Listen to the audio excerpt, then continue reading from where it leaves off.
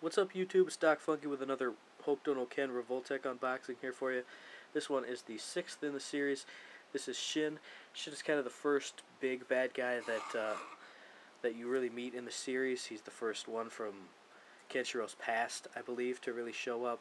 He's the one who put the 7 scars in Kenshiro's chest and stole his girlfriend, so Kenshiro is definitely looking to give this guy a heinous beating. So let's take you around the box. There he is in there. You see he comes with an extra head. This is not for Shin. I'll show you what goes on later. There's the slidey panel. There he's on the side. Pretty cool. There's action shots on the back. There you see the head goes to the Z gang member.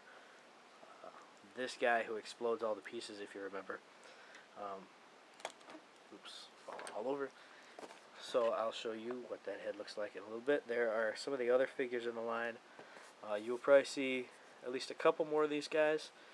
I really like these figures, so I really kind of want to get them all, even though I don't know who some of these people are, but we'll see. So let's open them up.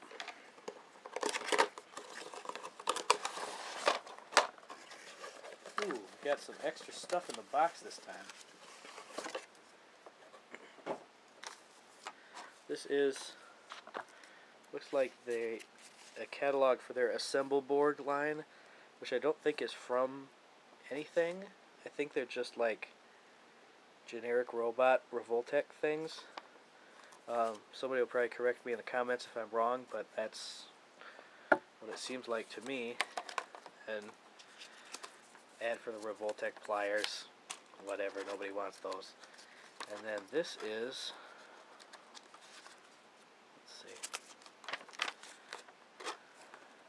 reboots. Oh, Revoltech 3.0. I know there is. I think that's where the Assemble Borgs come from. Don't know who this guy is, but he looks actually really cool. Like a good. Actually, he looks like Overman King Gainer. He's got the 2 like goggle things and the weird face and all the dreadlocks. Maybe another release from that series. Obviously, there's Haruhi Suzumiya. I know they kind of updated the Fraulein line with her as the first one. So if you're into that, go nuts. There's Enki from Tengen Toppa Gurren Lagann.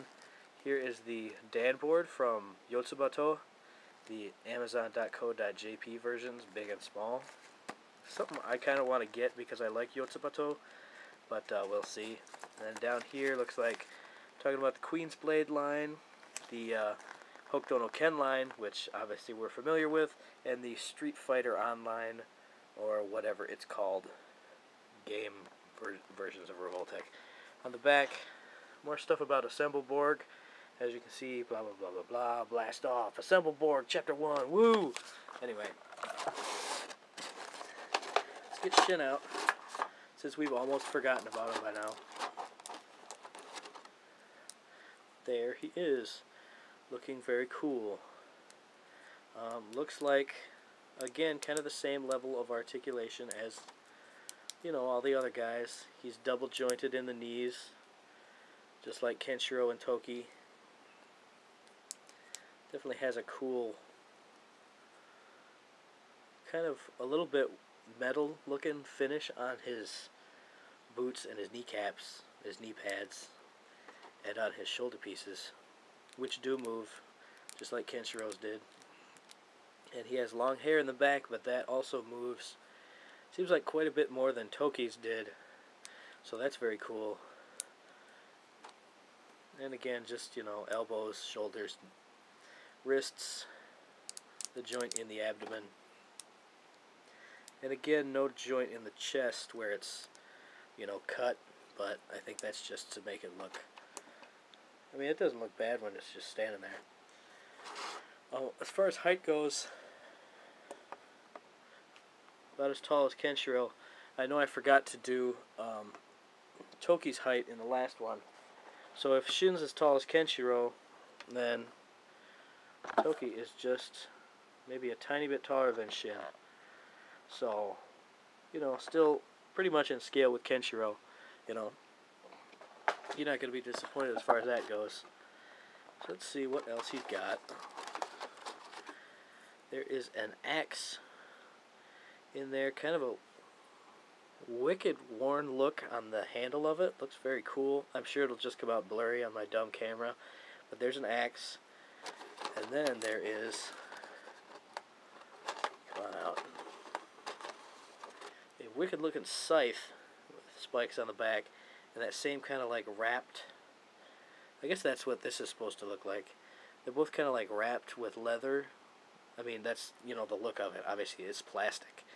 But it has that same kind of look. And this, again, it's probably just going to come out blurry. This nice kind of texture around the head of it. And then there is the Zed gang member's head, which, as you can see, this guy's not doing too well because he's had something thrust through his face, like an open thrusting hand from Shin, which fits in there very nicely.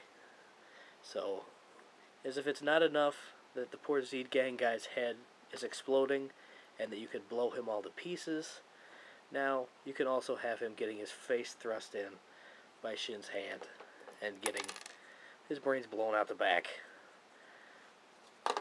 You know, it's a tough world in the world of Hokuto no Ken.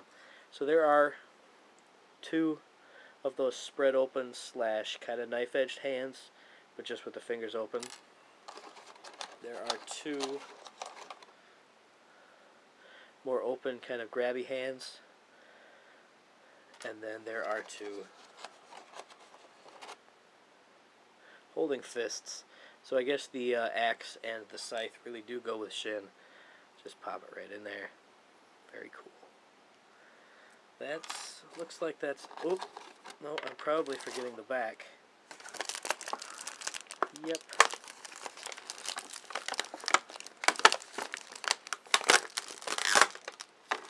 Back just has the regular stuff.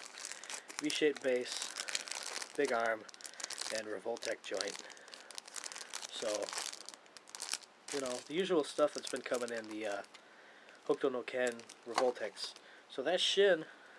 Definitely pleased with him. He definitely has that same kind of polish that the other ones do, with kind of the lines in his clothing and little details around.